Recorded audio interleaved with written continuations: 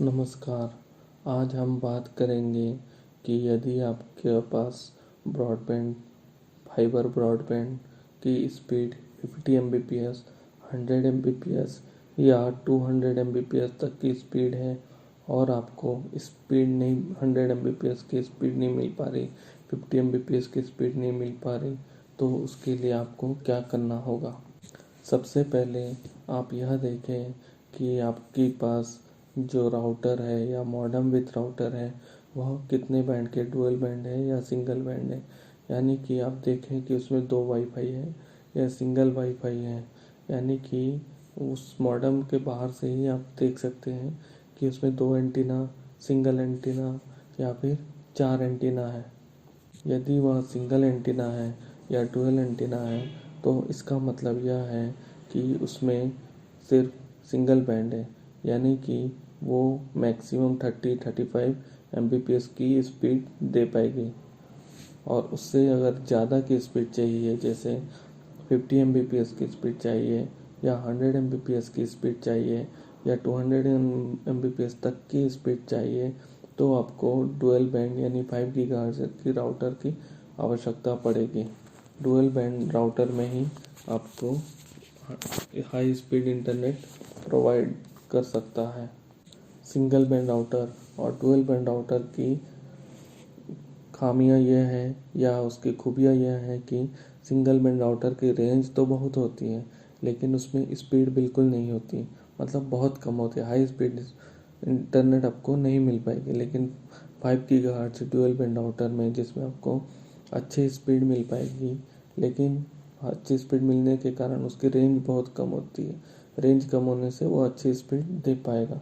जब भी हम राउटर परचेस करते हैं या देखते हैं तो उसमें लिखा होता है 300 Mbps।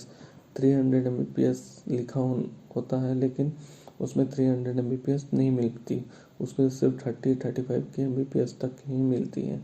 यदि आपको 100 Mbps की रिक्वायरमेंट है या 50 Mbps की रिक्वायरमेंट है या 200 Mbps तक की रिक्वायरमेंट है, तो उसके लिए आप क्या करें, ऐसा राउटर लें जिसमें लिखा हो अगर 100 Mbps तक की रिक्वायरमेंट है तो आपको 1200 Mbps तक की स्पीड वाली राउटर खरीदनी पड़ेगी। मतलब जिस राउटर में आप देखेंगे कि डुअल बैंड लिखा हो, 1200 Mbps लिखा हो, वो आपको फुल 100 Mbps तक की स्पीड तक प्रोवाइड कर पाएगी। लेकिन 200 Mbps 150 Mbps के लिए उससे हायर रेंज जाना पड़ेगा। 1500-1800 Mbps तक की स्पीड वाली राउटर आपको परचेस करनी पड़ेगी, तभी आपको उसमें 100 Mbps या 200 Mbps तक की स्पीड आपको मिल पाएगी।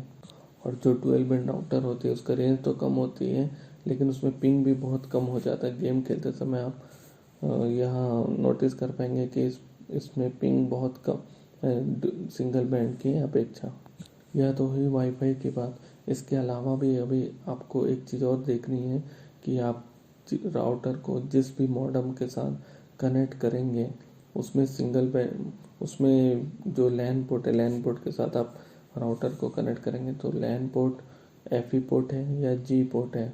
FE पोर्ट का मतलब है 100 Mbps, मतलब उस पोर्ट से आपको 100 Mbps तक की स्पीड मिल पाती है।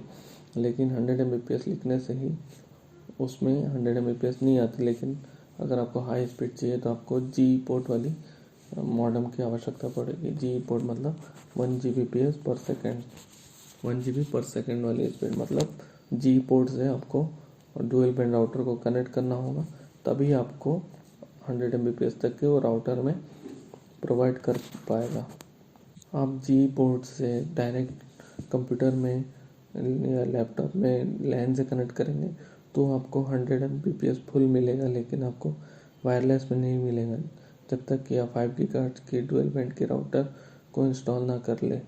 लेकिन ध्यान रहे कि उसमें रेंज कम होती है। अगर आपका घर बड़ा है तो आपको वाईफाई मेश लगाना पड़ेगा या 5 GHz की 2-3 राउटर आपको लैन केबल के थ्रू हर एक घर में, हर एक रूम, हर एक घर के कोने में लगाना पड़ेगा, ताकि तभी आपका पूरा घर कवर कर पाएगा। कि आपका रूम थोड़ा छोटा है, क्वार्टर है, गवर्नमेंट क्वार्टर जैसा होता है वैसा है, तो आपको सिंगल राउटर में भी डुअल बैंड राउटर में आपका सफिशेंट हो जाएगा। यदि आपका फाइबर ब्रॉडबैंड है और बार बार डिस्कनेक्ट हो जाता है क्योंकि उसमें एक पॉन करके होता है, पॉन ब्लिंक करता है, यदि आपके साथ ऐसी समस्या होती है तो हमें बताएं, हम उसका समाधान ज़रूर करेंगे। धन्यवाद।